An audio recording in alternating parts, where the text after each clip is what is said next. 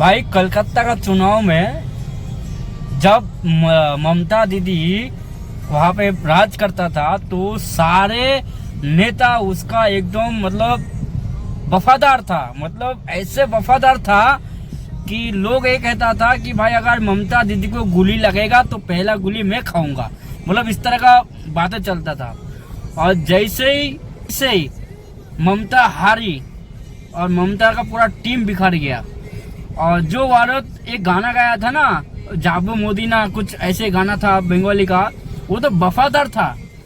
और सडनली इतना बयान दिया उसके बारे में, जब राघव चड्ढा ने जब आम आदमी पार्टी छोड़ के जब उसने ज्वाइन किया बीजेपी, तब उसको ये बात बोल रहा था कि हम वो इंसान नहीं है कि चाड्डी पहन लूंगा बीजेपी का।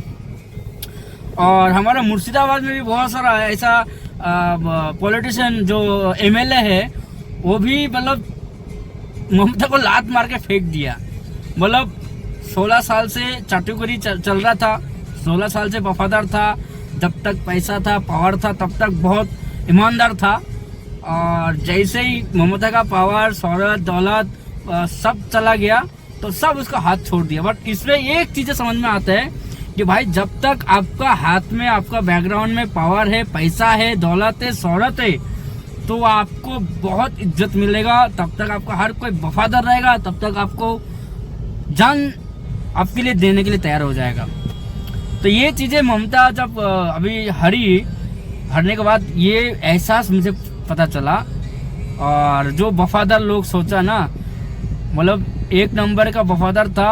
और पहला होता था कि बिहार में नीतीश कुमार को बोलता था पलटूराम चच्चा, खाली बिहार में मिलता है। अब हमारा बंगाल में भी बहुत सारा पलटूराम चच्ची भी है, चच्चा भी है, बुआ भी है, खाला भी है भाई। सच में मतलब अपना कलकत्ता में इतना चाटू वाला साला ऐसा लोग निकला। और एक और चीज बताना चाहता हूँ, इसमें मोदी जी मुस्लिम को जो अत्याचार कर रहे हैं ना, बहुत बढ़िया कर रहा है। मैं मुर्शिदाबाद का हूँ और मैं अपना कलकत्ता वासी मुस्लिम लोग बोलना चाहता हूँ, भाई मोदी जी कर रहा है, सही कर रहा है। अब क्यों कर रहा है अब तुम खुद समझो, क्योंकि अब वो मुस्लिम नहीं रहा पहले जैसा कि ईमानदार, वफादार और हराम नहीं खाना, ये नहीं खाना। आजकल का सारे मुस्लिम लोग जो मस्जिद में जब तक रहता है ना, तब तक वो मुस्लिम होता है, और जैसे मस्जिद से बाहर निकलता है तो वो एकदम गाय भैया ये सब बन जाता है। आजकल वो पहले मुस्लिम जैसा नहीं है। हर कोई बोलेगा मैं वैसा नहीं हूँ, मैं वैसा नहीं हूँ, बट ऐसा ही है। खुद को शीशे में कभी रात को अकेला देखना।